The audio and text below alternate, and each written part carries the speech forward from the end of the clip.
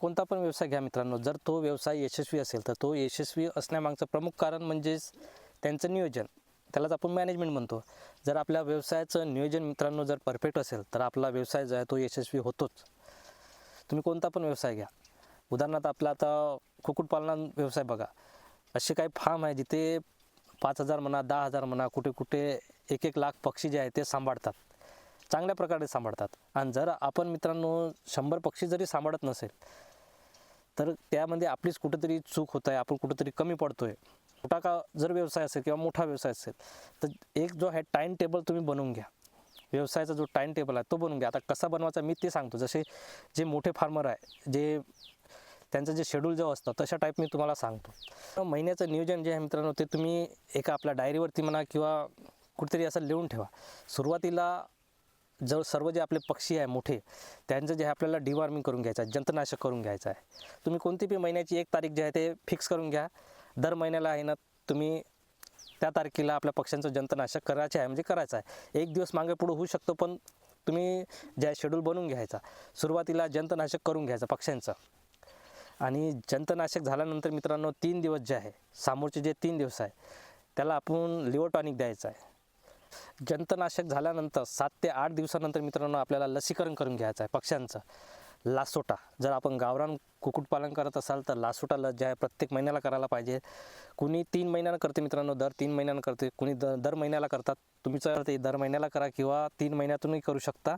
पण एक जो तारीख आहे ते फिक्स करून घ्या महिन्याची की आपल्याला ह्या तारखेला जे आहे आपल्या पक्ष्यांचं लासोटा लसीकरण करून घ्यायचं आहे. जंतुकरणची जे फवारणी येते मित्रांनो तुम्ही B904 किंवा कोर्सलीनी जे आहे आपलं फवारणी करू शकता. तर आठवड्यातून एकदा, महिन्यातून 4दा. तर असे तुम्ही हे जे 4 तारीख आहे मित्रांनो त्याचं एक तुम्ही शेड्यूल बनवून घ्या. आपले पाण्याचे ड्रिंकरचे जे भांडे आहे ते आपल्याला 10 दिवसातून एकदा तरी, कमीत कमी 10 दिवसातून एकदा ते पूर्णपणे साफ करत राहायचे आहे. 15 दिवसातून एकदा मित्रांनो जे शेडमध्ये जे आहे पूर्ण थोडीशी स्वच्छता करायची आहे.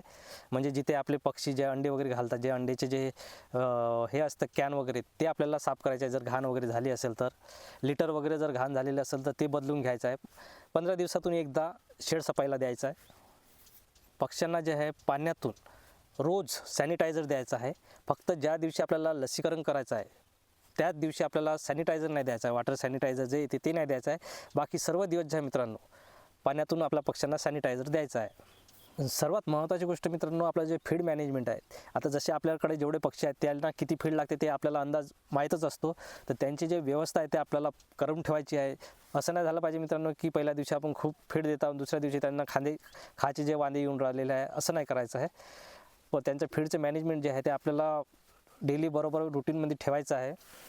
जसे तुम्हाला पक्ष्यांमध्ये जर काही रोग वगैरे दिसत असेल तर तुम्हाला त्या दिवसाचं नियोजन तुम्हाला तेव्हाच करावं लागेल. जे आहे मित्रांनो ते तुम्हाला टायमावरती निर्णय घ्यावा लागेल. आणि असे जे आहे आपला महिन्याचा जो शेड्यूल आहे तो तुम्हाला बनवून घ्यायचा आहे. मोठे मोठे फार्मर जे आहे मित्रांनो ते सेम ह्याच प्रोसेसवरती आपला फार्म जो आहे तो चालवत असतात.